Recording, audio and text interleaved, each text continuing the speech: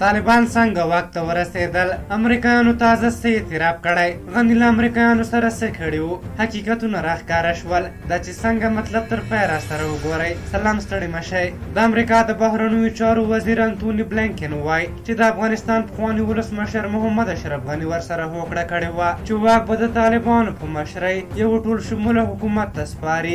بلینکن له سی بي اس ټلویزیون سره په تازه مرکه کې ویلي ولسمشر غني د دې هوکړې خلاف او له عملي کېدو وړاندې له افغانستان څخه بهر لاړ. د ده په خبره غني ورته دا ډاډ هم ورکړی و چې تر اخره به د طالبانو سره جنګیږي. بلینکن زیاتوي ما د شنبې په شپه له ولسمشر غني سره په ټلیفون خبرې وکړې. پر هغه مې فشار راوړ څو ډاډ ترلاسه کړم چې هغه د طالبانو په مشرۍ یو نوي حکومت ته د واک د لیږد له هغه پلان سره موافق دی چې موږ یې د عملي کېدو هڅه کوو. هغه چې ټول شمول به وي او د افغان ټولنې ټول اړخونه به پکې شامل وي. هغه ماته په ټلیفون وویل دی چمتو دی، خو که طالبان دا کار ونه کړي د مرګ تر وخته ورسره جنګیږي. خو په سبا یې هغه له افغانستان نه ووت. زه له ولسمشر غني سره له څو یو میاشتو راهیسې بوخت وم. بلینکن په یاده مرکه کې دا هم ویلي چې د دوی هیڅ استخباراتي ادارې دا وړاندوینه نه وه کړې چې په 11 ورځو کې دا هر څه پېښ شي. بلینکن د افغان حکومت له سقوط سره سره له افغانستانه د امریکایي سرتیرو له ویستو دفاع کوي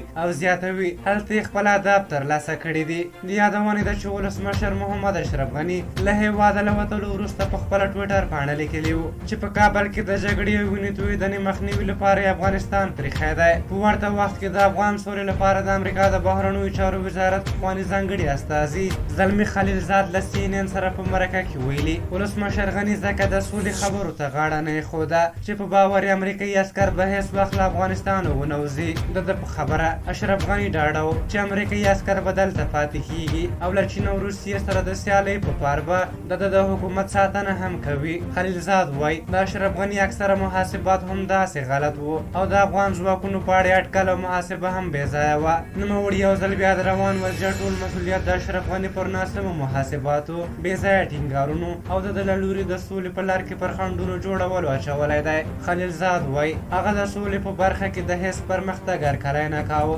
او یوازې د خپل حکومت د ساتلو لپاره هرې پرېکړې ته تیار و. د زړه څېړونکو په باور د امریکایي چارواکو له خبرو داسې ښکاري چې هر څه د یو پلان په اساس شوي. د افغانستان حکومت منځوی شوی و او طالبانو او امریکا ډیل سره کړی او لرې نه ده چې نور هم هر څه دنیا ته ښکاره شي او اوس هم څه چې روان دي کیدای شي یو نمایش وي او هر څه زر تغییر وکړي. په هر حال تاسو د بلینکن او خلیلزاد د خبرو په اړه څه نظر لرئ؟ خپل نظرونه هم راته په کومنټ کې ولیکئ. که زموږ ویډیو مو خوښه شوې وي ضرور لایک کړئ. بیا چې تاسو پر تر راځم په یو بخښونکي خدای مو سپارم. د الله په امان.